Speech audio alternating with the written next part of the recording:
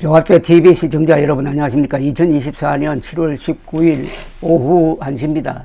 한 1시간쯤 계속된 도널드 트럼프 전 대통령의 공화당 후보 수락 연설을 들었습니다. 위스콘신 밀워키에서 열리는 공화당 전당대회의 하이라이트였습니다.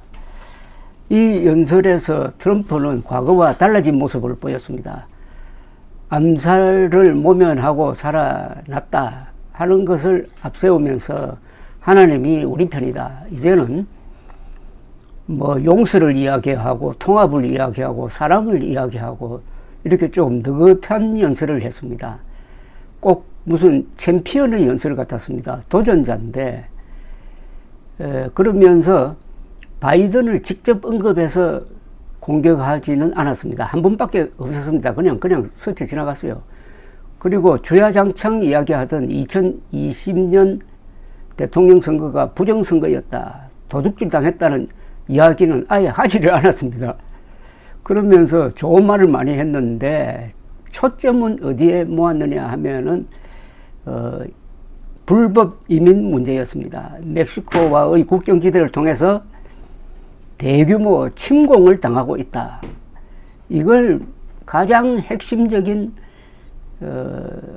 공격 포인트로 만들었습니다. 자기가 있을 때는 안전했는데 바이든 대통령이 들어와서 국경지대를 완전히 개방함으로써 남미뿐만 아니라 세계의 범죄자들, 정신병자들, 테러리스트들이 몰려오고 있다라는 이야기를 했습니다.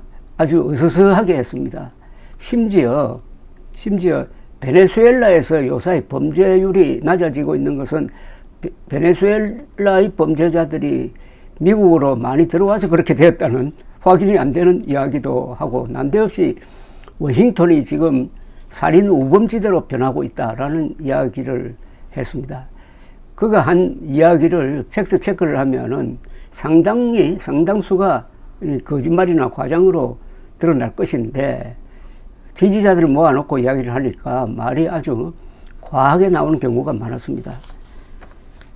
김정은에 대해서는 이런 이야기를 했습니다. 나는 북한 김정은과 아주 잘 어울렸다.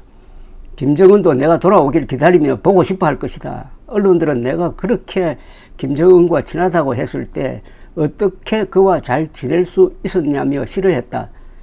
글쎄요, 핵무기를 많이 가진 사람과는 잘 지내는 건 좋은 일이다. 그와 잘 지냈고 그 결과 북한의 미사일 발사를 막았다. 그런데 지금 북한은 다시 도발을 하고 있다. 우리가 돌아왔을 때 나는 또 그와 잘 지낼 것이다. 그도 내가 복귀하는 걸 보고 싶어 한다고 생각한다 라고 했습니다. 그러면서 자신이 미국을 단합시킬 사람임을 계속 강조를 했습니다. 암살 미수 사건을 언급하면서는 하나님의 은총으로, 도움으로 이 자리에 설 수 있었다. 하나님이 우리 편이다 라는 이야기를 했고, 그 다음에 세금을 줄이겠다, 기름값을 낮추겠다 하는 이야기를 많이 했습니다. 일자리를 많이 만들기 위하여 자동차 산업의 재건을 다짐을 했습니다. 트럼프는 또 바이든의 외교 실패를 강조하기 위해서 아프가니스탄으로부터의 굴욕적 철수를 집중적으로 언급을 했습니다. 자신의 재임 기간 중에는 아프간 주둔 미군이 별로 죽지 않았다. 그러면서 우크라이나 전쟁, 하마스의 침공, 이란의 위협이 바이든 대통령 시절에 일어났는데 자신이 있을 때는 그런 전쟁이 세계에서 일어나지 않았다 하는 것을 비교해서 이야기를 했습니다. 미국이 안전하고 강력하고 위대한 국가로 재건해야 한다면서 자신이야말로 민주주의와 평화의 수호자라고 했어요.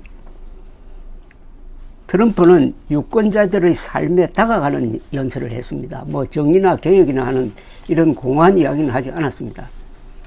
연설 서두에는 암살 미수 사건을 길게 언급하고 희생자를 위한 묵념을 제안했습니다. 그리고 사실상 별거 상태인 것 같은 그 멜라니 여사가 왔다고 소개도 하기도 했습니다.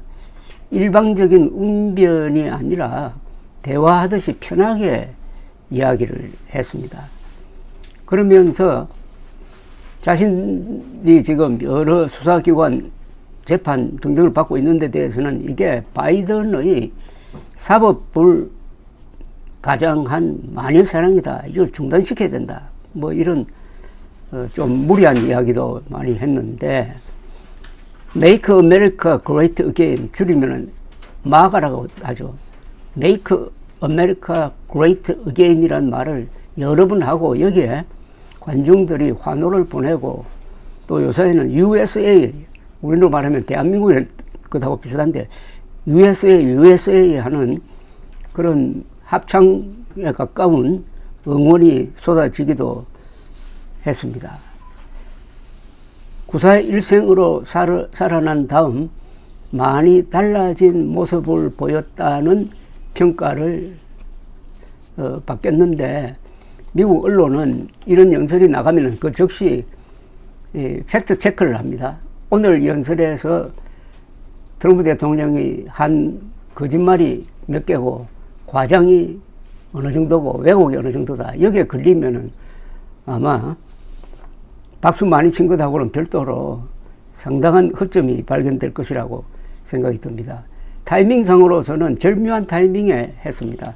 암살 미수 사건 직후에 전당대회가 열렸고, 하필 요때 바이든 대통령이 코로나에 지금 감염이 돼가지고 델라웨어에서 요양 중입니다.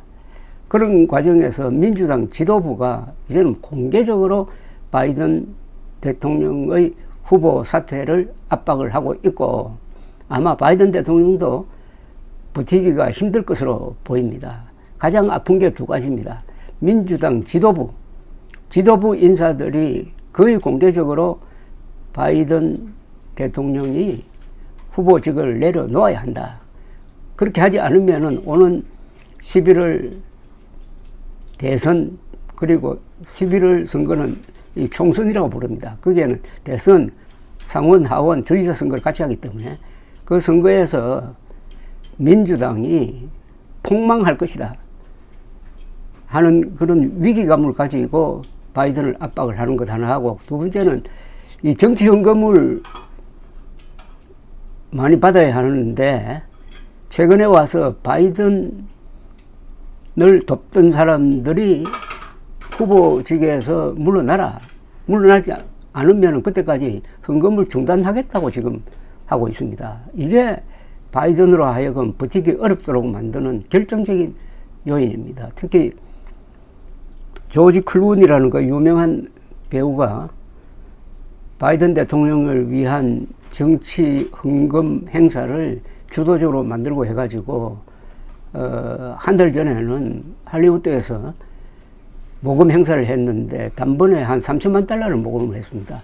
이분이 뉴욕타임스에 글을 보내가지고 내 친구이기도 한 바이든 대통령이 후보직을 빨리 사퇴해야 된다, 뭐 이런 이야기를 하는데, 아마도 금명간에 며칠 안에 바이든 대통령이 결단이 있을 것으로 보이고, 사퇴하면서 아마도 해리스 부통령을 대체 후보로 추천할 것으로 보입니다. 그래서 해리스 부통령에게 지금 이목이 집중되고 있습니다. 해리스 부통령은 나이가 60이고, 그 어머니는 남부 인도의 타밀족 출신인데 브라만 계급 출신입니다. 그리고 아버지는 자마이카 계통의 흑인이라고 합니다. 그러니까 최초의 흑인 여성, 최초의 아시아 여성, 최초의 아시아 흑인 히스패닉과 이 집안이 서로 연계를 가지고 있으니까 이게 득표에 도움이 될 가능성도 있습니다. 경력은 샌프란시스코 등 캘리포니아에서 검사 또는 검찰총장을 하면서 이름을 알렸고, 상원 의원이 되고 바이든에 의해서 부통령으로 지명이 된 경우인데, 며칠 전에 기자가 바이든 대통령에게 해리스는 대통령 자격이 있느냐고 물었을 때 바이든 대통령이 이렇게 이야기했습니다. 대통령 자격이 없으면은 내가 부통령으로 선택하지 않았을 것이다 라고 했습니다. 그래서 11월 대선은 70대 후반의 근 80세대는 트럼프 대 60세의 해리스의 대결이 될 가능성이 있습니다. 이건 완전히 또 새로운 국면이 전개될 것으로 보입니다. 이 작용 반작용이 이렇게 지금 진행되니까 현재의 바이든 대 트럼프의 여론조사에서 바이든이 결정적으로 밀리고 있다. 특히 경합주에서 밀리고 있다 하는 것은 현재 상황이고, 해리스가 등장했을 때는 선거 지도가 완전히 다시 짜여지게 될 것이니까 오늘 트럼프의 이 연설도 그 효과는 한시적이라고 생각을 합니다. 감사합니다.